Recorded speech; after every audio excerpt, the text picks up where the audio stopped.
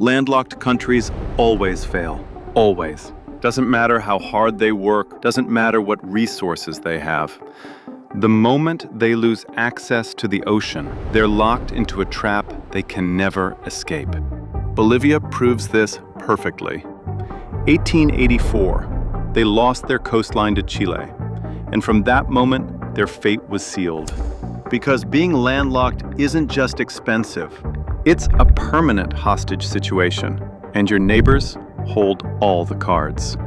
1879, Bolivia, Chile, and Peru went to war over nitrate deposits in the Atacama Desert. It's called the War of the Pacific. Bolivia loses. The cost? 400 kilometers of Pacific coastline. Their entire connection to the ocean. Gone. Permanently. Bolivia went from having ports and direct access to global trade to being completely landlocked, surrounded. And that single loss locked them into poverty for the next 140 years. Now, most people think the problem is obvious. No coast means expensive shipping. And yes, that's true, but that's not the actual problem. The actual problem is that Chile now controls Bolivia's economic lifeline, and Chile has zero incentive to make things easy. Here's what being landlocked actually means. You want to export? Ship through someone else's territory. You want to import? Same thing. Manufacturing equipment, chemical inputs, consumer goods, everything flows through your neighbor's infrastructure, their ports, their roads, their customs. And they can see everything you're doing. So why can't Bolivia just negotiate fair terms? They tried. For over a century, they've tried. 1904, Bolivia and Chile sign a peace treaty. Chile grants Bolivia access to Arica port. Sounds reasonable. Except Chile controls the fees, the infrastructure, the speed of customs processing, everything. And here's what nobody talks about. When you depend on your neighbor for all trade, they don't just charge you. They learn your strategy. Bolivia starts importing mining equipment through Chilean ports. Chile sees it. Heavy machinery shipments increase. Chile knows Bolivia is scaling lithium extraction. Chemical imports spike. Chile knows exactly which deposits Bolivia is targeting and when production will start. Your entire economic strategy is visible to your competitor in real time. And if Chile decides that Bolivian lithium threatens Chilean lithium exports, port fees go up. Customs paperwork gets lost. Shipments get delayed for inspection. Trucks break down. All perfectly legal. All perfectly deniable. And there's nothing Bolivia can do about it. Now you might be thinking, can't Bolivia just use a different route? They tried. Peru. Bolivia negotiated access to Peruvian ports in Ilo and Matarani. Same problem. Peru and Chile have close trade relations, and Peru has the same leverage Chile does. Different port, same trap. What about Brazil? Bolivia invested in a road through the Amazon to reach Brazilian ports.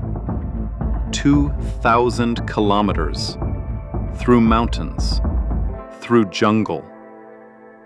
And at the end of that road, Santos Port, which is 2,000 kilometers further from global shipping lanes than Chilean ports. The math doesn't work. Longer distance means higher costs. Higher costs mean Bolivian exports are less competitive. Geography doesn't negotiate. Argentina? Same story. Landlocked route through the Andes, then across Argentina to Buenos Aires. Extra weeks, extra costs. Same structural disadvantage. Every alternative requires crossing someone else's territory. And everyone knows Bolivia has no choice. Which means everyone can extract maximum value. But here's where it gets worse. The more Bolivia invests in infrastructure to Chilean ports, the more locked in they become. They can't leave. Think about it. Bolivia builds roads to Arica, trains, warehouses, customs facilities, logistics networks, billions in sunk costs over decades, all optimized for Chilean ports. Now Chile raises fees. What are Bolivia's options? Abandon all that infrastructure and start over with Peru? That means losing everything they've built, years of investment, gone. Pay the higher fees? That's exactly what Chile is counting on. Bolivia already invested too much to walk away. The infrastructure that was supposed to help them escape the trap actually locked them deeper inside it. This is the mechanism nobody talks about. Dependence isn't just expensive, it's compounding. Every year you're landlocked, you fall further behind. And every dollar you invest to improve trade access gives your neighbor more leverage over you. It's a hostage economy, and the ransom keeps going up. So let's go back to lithium. Bolivia sits on massive deposits. The Salar de Uyuni, 23 million tons. That's roughly a quarter of the world's known reserves. In theory, Bolivia should be rich. Electric vehicles need batteries. Batteries need lithium. Bolivia has the lithium. But they can't leverage it. Here's why. Extracting lithium requires importing. Heavy machinery, chemical processing equipment, skilled workers, technology. All of that ships through Chilean ports. Then you extract the lithium, and you need to export it through Chilean ports. Chile also has lithium, and Chile has something Bolivia doesn't: direct access to global markets. So when global lithium prices drop, who survives? The producer with the lowest costs. That's Chile. Not because their deposits are better, because they don't pay a geographic tax on every transaction. Bolivia has the resource. Chile has the leverage. And leverage beats resources every single time. This isn't about corruption. It's not about bad leadership or lack of effort. Bolivians work hard. Their governments have tried for 140 years to solve this. But you can't solve a structural problem with effort. Here's the thing people miss about geography. It's not just about cost. It's about power.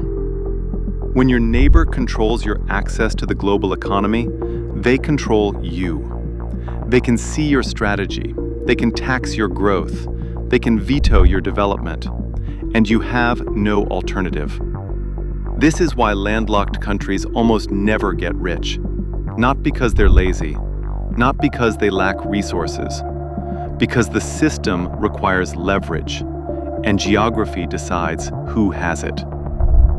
Bolivia lost that leverage in 1884, and 140 years later, they still haven't gotten it back.